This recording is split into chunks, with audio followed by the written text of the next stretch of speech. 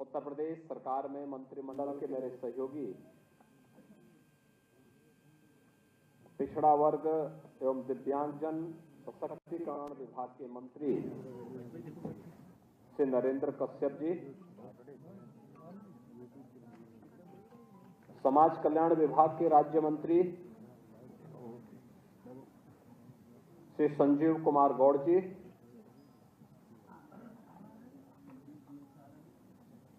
मुख्य सचिव श्री मनोज कुमार सिंह जी, कुलपति डॉक्टर शकुंतला मिश्ला, राष्ट्रीय पुनर्वास विश्वविद्यालय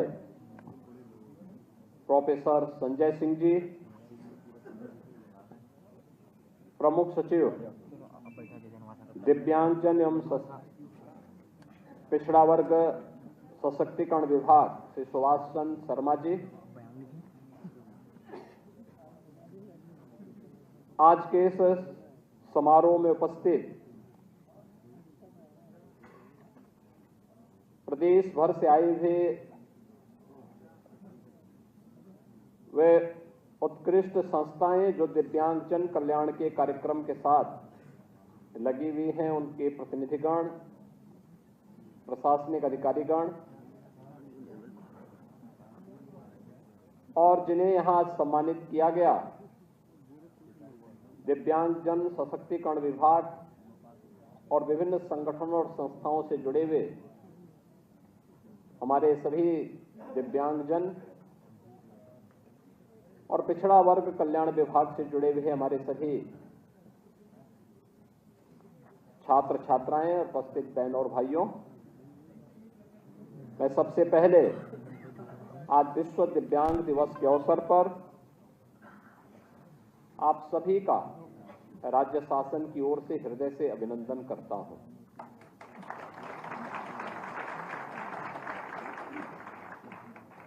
आज का दिवस हम सबके लिए दुनिया भर के दिव्यांगजनों के लिए भी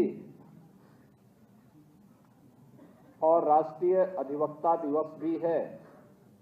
देश के प्रथम राष्ट्रपति डॉक्टर राजेंद्र प्रसाद जी की पावन जयंती भी है। मैं इस अवसर पर देश के प्रथम राष्ट्रपति जो स्वतंत्रता संग्राम सेनानी थे, एक प्रखर अधिवक्ता थे, देश के संविधान सभा के अध्यक्ष भी थे और स्वतंत्र भारत के अंदर जब भारत गणराज्य ने अपने संविधान अंगीकार किया तो देश के प्रथम राष्ट्रपति के रूप में दो सफल कार्यकाल को आगे बढ़ाने वाले पहले राष्ट्रपति थे। आज उनकी स्मृतियों को विनम्र नमन करते हुए अपनी श्रद्धांजलि भी देता हूं और आप सभी राज्य भर के दिव्यांगजनों का, पिछड़ा वर्ग कल्याण से जुड़े हुए अपने सभी छात्र छात्राओं का हृदय से अभिनंदन करते हुए उन्हें इस दिवस की बधाई देता हूं। हम सब जानते हैं कि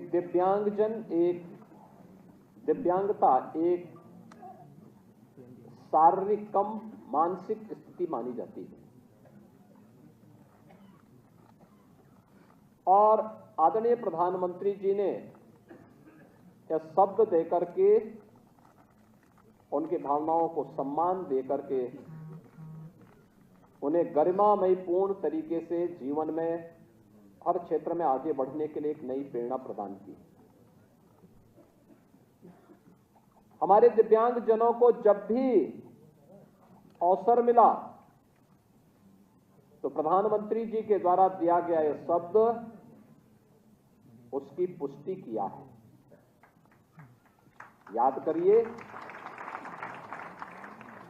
करिए भारत के उपनिषदों के ज्ञाता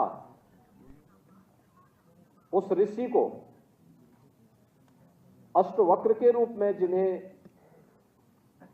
हर सनातन धर्मावलंबी स्मरण करता है। याद करिए भगवान श्री कृष्ण पर लिखी गई किसी रचना में क्या महाकवि सूरदास के बगैर वो पूरी हो सकती है क्या?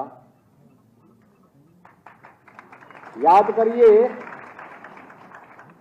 दुनिया के अंदर के उस भौतिक विज्ञानी का जो स्टीफन हॉकिंग के नाम पर जिन्होंने ब्रह्मांड की थ्योरी को दुनिया के सामने प्रस्तुत किया, और याद करिए इस समय देश के अंदर अपनी दिव्य वाणी से समाज को एक नई दिशा देने वाले जगत गुरु रामानंदाचार्य स्वामी रामभद्राचार्य जी का, यानी ऐसे अनेक उदाहरण हमारे सामने हैं जिन्हें मंच मिला, थोड़ा समाज का प्रोत्साहन और संबल मिला, उन्होंने अपनी प्रतिभा का लाभ देश को दिया है, दुनिया को दिया है, मानवता को दिया है। किसी से कम नहीं ये साबित किया है। और विश्व दिव्यांग दिवस इसी दृष्टिकोण को अपनाने के लिए समाज को एक नई प्रेरणा प्रदान करने का माध्यम है। यह हमारा सौभाग्य है कि राज्य के अंदर आज के समय में दो दिव्यांग विश्वविद्यालय हैं। डॉक्टर शकुंतला मिश्रा राष्ट्रीय पुनर्वास विश्वविद्यालय लखनऊ में और जगतगुरु रामभद्राचार्य विश्वविद्यालय चित्रकूट में, दोनों राज्य सरकार के द्वारा अनुदानित हैं, राज्य सरकार के द्वारा संचालित हैं। हमारे राज्य के अंदर अलग अलग क्षेत्रों में कहीं दृष्टिबाधित के लिए है, कहीं पे मूक बधिर बच्चों के लिए है, कहीं पे अन्य बच्चों के लिए भी इस प्रकार के कॉलेजेस संचालित हैं। लेकिन मेरा ये मानना है कि इनकी संख्या को बढ़ाने की आवश्यकता है। इनमें प्रशिक्षित शिक्षक हो, उन्हें अच्छा मानदेय मिले, अच्छी सुविधाएं मिले, इनके लिए अच्छा प्रशिक्षण हो, तकनीक से उन्हें कैसे भरपूर सक्षम बनाया जाए, इस पर और कार्य किए जाने की आवश्यकता है, जिससे हमारे दिव्यांग जनों की पूरी प्रतिभा का लाभ समाज भी ले सके, देश भी ले सके और दुनिया भी ले सके। और उसी दृष्टि से आज का एक कार्यक्रम यहां पर किया गया है, जिसमें 19 महानुभावों को राज्य स्तरीय पुरस्कार से सम्मानित किया गया है। 46 मेधावी छात्रों को यहां पर आज उन्हें सम्मान प्रदान किया गया है। आप सोचिए, इनमें से जो भी छात्र है वह अपनी परीक्षा में 90%, 75 से 90% तक अंक प्राप्त किया है। उन्होंने कुछ नयापन किया है। और आपने देखा होगा कार्यक्रम की शुरुआत में ही जो स्वागत गीत उन दिव्यांगजन बालिकाओं के द्वारा सुनाया जा रहा था, कितनी मधुर थी, कितनी मिठास थी उस गीत में ही। यानी ये उनकी प्रतिभा को प्रदर्शित करता है। इतनी बड़ी संख्या में सभागार भरा पड़ा है। मैं भौचक था कि जब हम लोग यहां पे कार्यक्रम चल रहा था, सामान्यतः अन्य लोग होते, हो हल्ला सुनता, सब कुछ हो रहा था, होता भी है भाई, 2 लोग होंगे, 4 लोग होंगे, 10 लोग होंगे, बैठे होंगे, आपस में थोड़ा बातचीत कर लेते हैं और उसके कारण पूरा सभागार फिर प्रभावित होने लगता है। मैं देख रहा था कार्यक्रम चल रहा था, वे सभी बच्चे एक दूसरे से बात भी कर रहे थे, इशारा में सब काम उनका चल रहा था, लेकिन कहीं हो हल्ला भी नहीं था। ये चीजें दिखाती हैं कि कैसे समाज की व्यवस्था चुपचाप की जानी चाहिए। और ये दिखाता है कि कार्यक्रम के लिए अगर चुपचाप तैयारी करेंगे तो रिजल्ट आपकी प्रतिभा को स्वयं प्रदर्शित कर देगा, और यह कार्यक्रम आज उसका प्रमाण है। एक कार्यक्रम आज उसका प्रमाण है। 40 दिव्यांग जनों को सहायक उपकरण का वितरण हुआ है। इस कार्यक्रम के आने के पहले मैंने बाहर उन बच्चों को सहायक उपकरण वितरित किए थे, और 324 दिव्यांग विद्यार्थियों को हमने टैबलेट आज भी वितरित किए हैं। यहाँ पे कुछ को यहाँ पे दिए हैं, कुछ को वहां पे उपलब्ध हो गए हैं। और इस अवसर पर हम लोगों ने 2,53,211 पिछड़ा वर्ग से जुड़े हुए छात्र छात्राओं को 54 करोड़ 38 लाख की छात्रवृत्ति उनके खाते में डीबीटी के माध्यम से भी यहां पर सीधे उनके अकाउंट में भेजी है। आप सोचिए, 2,53,211 बच्चों को ये स्कॉलरशिप आज मिल गई है, यानी समय के पहले। इस सारा कार्य विभाग के द्वारा किया गया है, और 28 युवाओं को जो पिछड़ा वर्ग से जुड़े हुए हैं उन्हें कंप्यूटर प्रशिक्षण का प्रमाण पत्र भी आज यहां पर उपलब्ध हुआ है। यानी कार्य करने की इच्छा शक्ति होनी चाहिए, बाधा फंड नहीं है। सरकार पैसा देना चाहती है, सरकार संस्थान खोलना चाहती है, लेकिन उस पर समयबद्ध निर्णय लेकर के हमें तेजी के साथ आगे बढ़ना होगा, और उस बढ़ने का ही परिणाम है।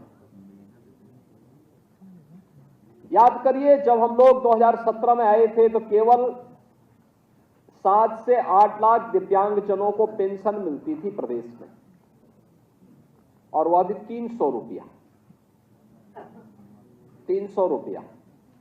और उसमें भी वो 6 महीने का एक बार आता था, तो उसमें से आधा पैसा बाबू खा जाता था। हम लोग आए, हम लोगों ने कहा कि पैसा उसके खाते में जाना चाहिए, सीधे पैसा। अगर मोदी जी ने उसके लिए पैसा भेजा है, राज्य सरकार पैसा दे रही, तो पैसा उसके खाते में, लाभार्थी के खाते में जाना चाहिए।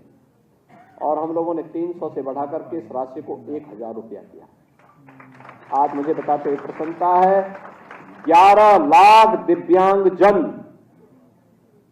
लाख दिव्यांगजन प्रदेश के अंदर 12,000 रुपये सालाना पेंशन की सुविधा का लाभ प्राप्त कर रहे हैं हर वर्ष, और पैसा उनके अकाउंट में सीधे जाता है, बीच का मध्यस्थ गायब। सीधे सरकार के साथ उसका तारतम्य स्थापित हुआ है, और यह कार्य प्रदेश के अंदर लगातार हम लोग इन कार्यक्रमों को आगे बढ़ाने का काम कर रहे हैं। इसके साथ ही कुष्ठावस्था पेंशन, हमारे पूर्व राज्यपाल श्री राम नाईक जी की प्रेरणा से हम लोगों ने 3,000 रुपये महीना हर कुष्ठ पीड़ित व्यक्ति के परिवार को हम लोग ये राशि उपलब्ध करवाते हैं। और साथ साथ ये भी तय किया गया कि इन परिवारों को एक एक आवास मुख्यमंत्री आवास योजना या प्रधानमंत्री आवास योजना में देंगे। इस सिचुएशन के लक्ष्य को प्राप्त करने की दिशा में सरकार के द्वारा बढ़ाया गया कदम, और लगातार इस पर कार्य हो रहा है। इसके अलावा अन्य तमाम प्रकार के कार्यक्रम प्रदेश के अंदर संचालित हो रहे हैं, जिसमें चाहे वह केंद्र की हो या राज्य की हो, इसमें दिव्यांगजन के लिए 4% राजकीय सेवाओं में आरक्षण की व्यवस्था भी की गई है। यानी उतने दिव्यांगजन जाएंगे। हमारे यहाँ तो आईएएस भी हैं, डीएस, वो यानी दिव्यांगजन आईएएस भी हैं। अलग अलग पदों पर हैं, शिक्षक तो हैं ही, समाज सेवा के अलग अलग क्षेत्रों में उनके द्वारा कार्य किया जा रहा है। हमारे वाराणसी से विधायक हैं श्री सौरभ श्रीवास्तव जी, इन्होंने मुझे रामचंद्र गुप्ता जी के बारे में बताया, कानपुर देहात के। कैसा वो व्यक्ति स्वावलंबन और आत्मनिर्भर, दिव्यांग होने के बावजूद स्वावलंबन और आत्मनिर्भर का ही न केवल वह एक मॉडल है, बल्कि उन्होंने स्वयं अपने माध्यम से उन बच्चों के लिए एक बड़ा केंद्र संचालन के माध्यम से भी ये साबित किया है कि अगर इच्छा शक्ति होगी तो बड़े से बड़े कार्य किए जा सकते हैं। यानी ये सब किया जा सकता है और वह उन्होंने करके दिखाया है, वह कार्य लगातार हो रहा है। इसके साथ ही प्रदेश सरकार ने अन्य तमाम क्षेत्रों में उन लोगों के लिए भी कार्य प्रारंभ किए हैं, जिसके माध्यम से हम लोग इस समय उन कार्यक्रमों को आगे बढ़ा रहे हैं। दिव्यांग जनों के लिए हम लोगों ने कृत्रिम अंग उपकरण वितरण के भी कार्यक्रम, चाहे वह मोटराइज्ड ट्राइसाइकिल हो, व्हील चेयर हो, या फिर हेयर स्टिक हो, हेयर एड हो, स्मार्ट स्टिक हो, या फिर जो हमारे मूक बधिर बच्चे हैं उनके कॉन्क्लियर ट्रांस इम्प्लांट के लिए, सर्जरी के लिए 6 लाख रुपए का अनुदान देने का हो, ये सब हम लोग यहां से उपलब्ध करवाने का काम कर रहे हैं। सभी सरकारी भवनों के साथ साथ सभी संस्थाओं के लिए कहा गया कि दिव्यांग जनों के लिए उस भवन में चढ़ने के लिए रैंप बनवाएं, जिससे वे आसानी से अपने भवन के अंदर जा सकें और उन्हें अच्छी सुविधा उपलब्ध हो सके। उनके लिए बाधा रहित शौचालय का निर्माण, उनके लिए अन्य सुविधाएं उपलब्ध करवाने के लिए भी कार्य किया गया है। और परिवहन निगम की बसेज में हम लोगों ने उनको निःशुल्क यात्रा के लिए भी 40 करोड़ रुपए की व्यवस्था की है, जिससे वे परिवहन निगम की बसेज में फ्री में यात्रा कर सकें। यह सुविधा भी उपलब्ध करवाई गई है। इसके अलावा शादी ब्याह के लिए भी कि 40% दिव्यांगता वाले दंपतियों से, पति अगर दिव्यांग होने पर 15,000 रुपये, पत्नी के दिव्यांग होने पर 20,000 रुपये और दोनों के दिव्यांग होने पर 35,000 रुपये की सहायता भी हम लोग उन लोगों को उपलब्ध करवाते हैं। दुकान संचालन के लिए भी अनुदान की राशि उपलब्ध करवाई जा रही है। यानी निर्माण के लिए 20,000 रुपये, दुकान, गुमटी या हाथ का ठेला संचालन के लिए 10,000 रुपये की धनराशि उन्हें प्रदान की जाती है। और इस दिशा में भी अब तक लगभग 500 दिव्यांग जनों को इससे लाभान्वित किया गया है। इसके साथ ही विभिन्न प्रकार की सर्जरी के लिए जो 8,000 रुपये की राशि थी, उसको 10,000 रुपये, कॉन्क्लियर इम्प्लांट के लिए भी 6 लाख रुपए तक की राशि दी गई है। और इसमें अब तक 24 ऐसे कॉन्क्लियर इम्प्लांट की सर्जरी प्रदेश के अंदर हम लोगों ने इस वर्ष में अब तक संपन्न करवाई है, जिससे ये सुविधा उन्हें उपलब्ध हो सके। प्रदेश के अंदर तमाम ऐसी संस्थाओं को संचालन करने के लिए भी सरकार मदद कर रही है, चाहे वह प्री प्राइमरी से लेकर के बचपन डे केयर सेंटर्स की स्थापना का है, चाहे वह प्रदेश के अंदर मानसिक मंदित आश्रय गृह और प्रशिक्षण केंद्र की स्थापना का है, जिसमें मेरठ, बरेली और गोरखपुर में ये संचालित हैं। और अन्य तमाम प्रकार के कार्यक्रमों को भी आगे बढ़ाने के लिए सरकार के द्वारा एक प्रयास प्रारंभ किया गया है, जिस पर हम लोग विभाग को कह रहे हैं इसको और तेज गति से आगे बढ़ाने की आवश्यकता है, बहुत दूर तक जाना ना पड़े, क्योंकि अधिकतर वे परिवार अपने आप में गरीब होते हैं। जिन परिवारों में दिव्यांगजन बच्चे रहते हैं तो ज्यादा दूर तक ले जाने की उनकी सामर्थ्य और शक्ति नहीं होती, इसलिए लोकल स्तर पर यह सुविधा मिल सके तो इस बारे में भी हमें कार्य करते हुए आगे बढ़ना पड़ेगा।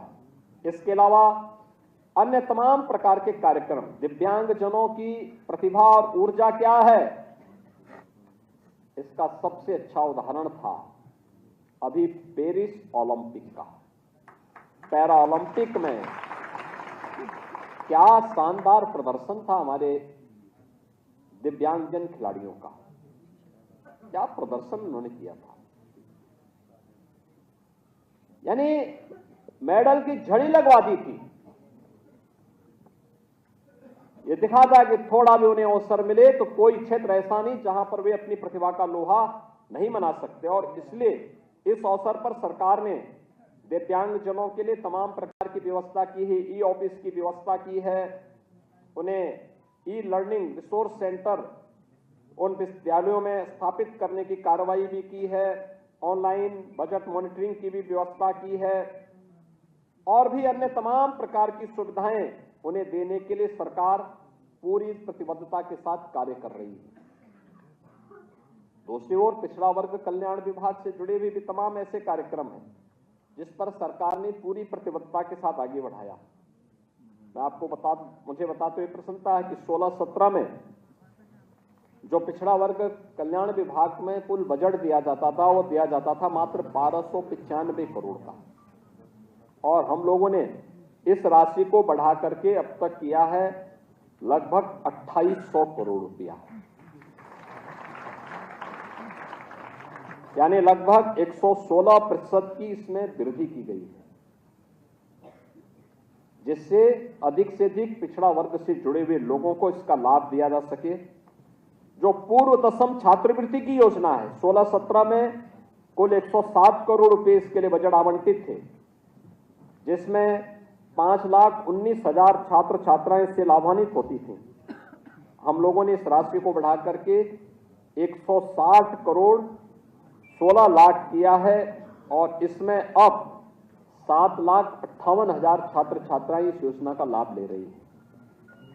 ऐसे ही जितने भी छात्र छात्राएं, हमने 24-25 में एक और संशोधन किया है कि अब पिछड़ा वर्ग से जुड़े हुए जितने भी पात्र छात्र हैं उन सभी छात्र छात्राओं को हम पेंशन छात्रवृत्ति उपलब्ध कराएंगे और इसके लिए 300 करोड़ रुपए की व्यवस्था की है, जिसका अभी हम लोगों ने 2,53,211 छात्रों को इस सुविधा से लाभान्वित किया है। मैं उन सबको बधाई देता हूं जो पहली बार छात्रवृत्ति पिछड़ा वर्ग कल्याण से जुड़े हुए छात्र उपलब्ध प्राप्त कर रहे हैं। ऐसे ही दसमोत्तर छात्रवृत्ति का है, इसमें 16-17 में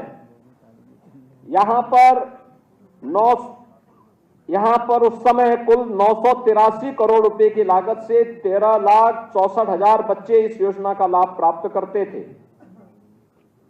और उसमें दसमोत्तर छात्रवृत्ति केवल 11,13,000 छात्रों को शुल्क प्रतिपूर्ति का लाभ दिया जाता था। आज हम लोग इसमें 2,070 करोड़ रुपए से हम लोगों ने 19,80,000 छात्र छात्राओं को दसमोत्तर छात्रवृत्ति और शुल्क प्रतिपूर्ति का लाभ आज ये उपलब्ध करवाया जा रहा है।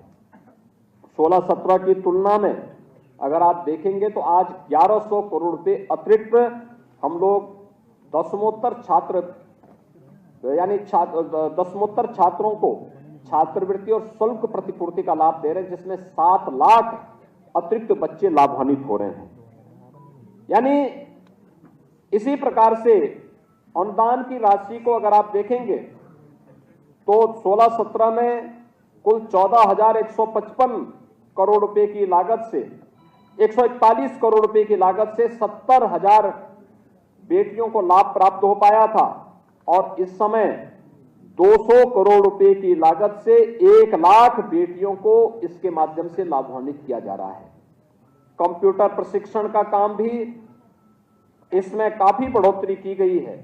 हर स्तर पर, चाहे वह दिव्यांगजन कल्याण विभाग हो, चाहे वह पिछड़ा वर्ग विभाग हो, इन सब के माध्यम से समाज के हर तबके के लिए सरकार कार्य कर रही है और सरकार की दृष्टि से इन सब के लिए हम लोग सबके साथ पहुंच करके प्रधानमंत्री मोदी जी के उस विजन को जिन्होंने सबका साथ और सबके विकास के भाव के साथ कहा था, जो मंत्र दिया है, उसको अंगीकार करते हुए हम आगे बढ़ रहे हैं।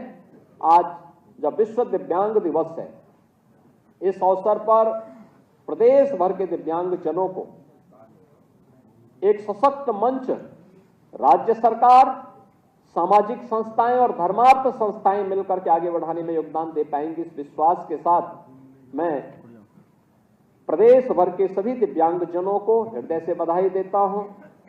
इनके कल्याण के लिए करने वाले सभी संस्थाओं, संगठनों और कार्मिकों का मैं अभिनंदन करते हुए जिन्हें आज सम्मानित किया गया उन्हें बधाई देता हूं। और सभी छात्र छात्राएं हो या संस्थाएं, वे निरंतर इस दिशा में प्रयास करके हुए इन दिव्यांग जनों की प्रतिभा का लाभ देश और समाज को दिलाने में अपना योगदान देंगे। इस विश्वास के साथ आप सबके प्रति मैं अपनी शुभकामनाएं देता हूं। धन्यवाद। जय हिंद।